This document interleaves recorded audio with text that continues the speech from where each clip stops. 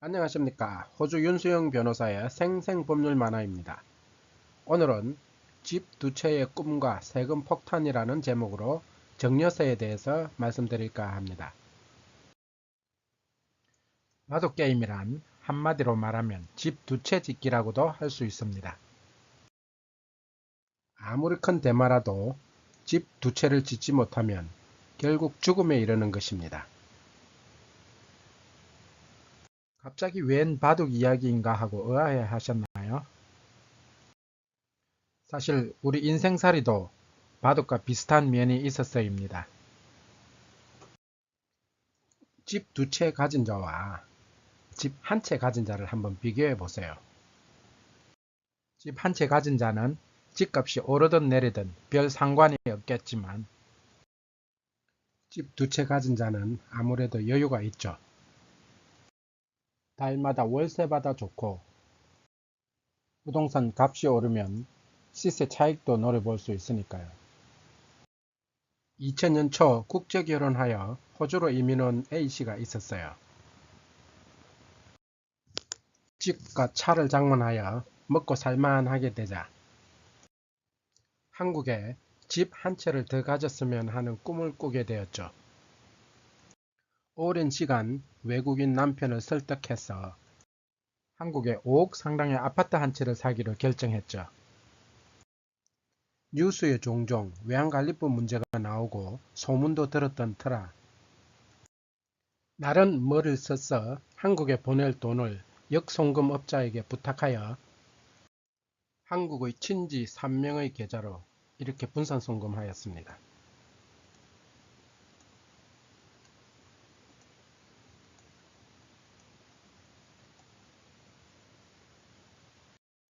이렇게 함으로 한국, 호주 양국 간의 외환관리법 문제를 벗어날 수 있다고 믿었죠. 여기서 잠깐 호주, 한국의 외환관련법을 살펴보면 호주는 Financial Transaction Reports Act라고 부르는 회계거래보고법에 따라 10,000불 이상의 거래 시 회계거래 분석소에 보고하도록 되어 있는데 반하여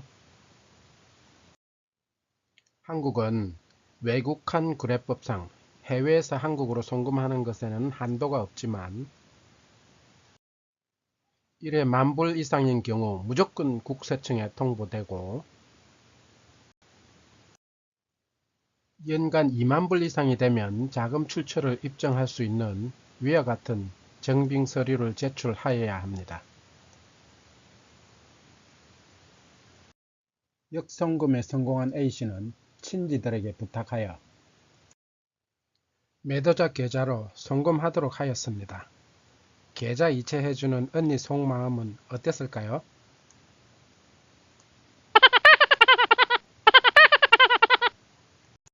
어쨌든 아파트는 A씨 이름으로 등기가 완료되었고 A씨는 자신의 아파트를 다른 사람에게 세를 놓아 그 월세로 한국 방문 시 용돈 등 경비를 쓰려고 했었죠.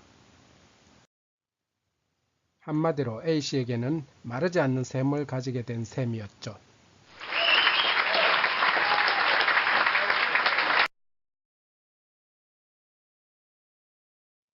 이렇게 꿈과 같은 세월이 6개월쯤 흘러갈 무렵 국세청에서 통지서가 하나 날라왔어요. 6개월 전 구입한 아파트의 자금 출처를 대라는 것이었죠.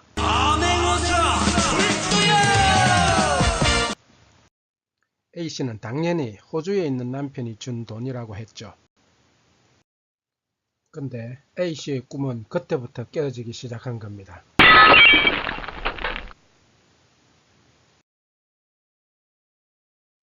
왜냐하면 한국 법상 남편으로부터 받은 돈이라면 증여세 신고를 해야 했거든요. 그러니까 이론적으로 따지자면 남편에게 5억 받을 때 증여세 한 번, 한국 친지들에게 송금할 때 증여세 또 한 번, 그리고 한국 친지들이 A씨를 위해 아파트 대금 지불 시 또 한 번, 이렇게 손이 바뀔 때마다 증여세 신고를 했어야 했지요. 그럼 이론상 증여세가 얼마나 될지 한번 계산해 볼까요? 1억에서 5억까지 과표세율 20%를 적용하면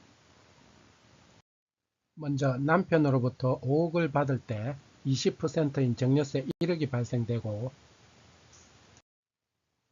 두 번째로 친지들에게 송금할 때 20% 적용하여 1억이 발생되고, 세 번째로 친지들이 A씨를 위하여 집값을 대납할 때 20% 적용하면 또 1억이 발생되어 이론상으론 총 3억의 증여세가 발생할 수 있겠지만, 다행히 증여세법상 부부간 공제액이 6억으로 정해져 있어 부부간 증여일 경우 6억까지는 증여세를 물지 않는다고 되어 있지만, 문제는 A씨의 경우 호주에 살고 있기 때문에 한국 법상 비거주자에 해당되어 배우자 공제를 받을 수 없다는 것입니다. 결국 A씨는 증여세 1억과 불성실 신고로 인한 가산세 40%가 더해져 총 1억 4천만 원의 세금 폭탄을 맞았던 겁니다. 참고로 호주는 증여세나 상속세를 폐지한 지 오래되었습니다. 그래서 호주법만 생각하고 한국에 덥석 부동산을 산 사람들 중 가진 게 고통이 된 사람들이 간혹 있지요. A씨의 경우 비록 가족들의 차명계좌 등을 이용하여 외국환 거래법, 증여세법 등을 모두 용하게 피해갔다 하더라도 나중에 A씨가 사망할 경우 한국의 상속법 때문에 A씨의 가족들은 또다시 어려움을 겪을 수도 있다는 걸 알아야 합니다. 한국의 상속 증여세는 OECD 국가 중 일본 다음으로 높은 나라입니다. 때문에 소유자가 사망하거나 증여할 경우 가만히 앉아서 재산이 최고 반토막 날 수 있습니다. 이건 사실 제도적으로 풀어야 할 문제라고 생각합니다. 왜냐하면 증여세나 상속세 때문에 가업을 잇는 사업을 할 수 없게 되는 부작용도 있기 때문이죠. 우리 같은 서민들이야 자녀에게 물려줄 재산이 없어 그러한 세금 걱정 없이 살 수 있지만, 역시 사람은 가진 것만큼 근심이 늘어나는 것이 맞는가 봅니다. 이번 강의 도움이 되었나요? 조금이라도 유익한 면이 있었다면 잊지 말고 구독과 좋아요 버튼 부탁드립니다. 다음엔 더욱 알찬 내용으로 다시 찾아뵙겠습니다. 그때까지 안녕히 계세요.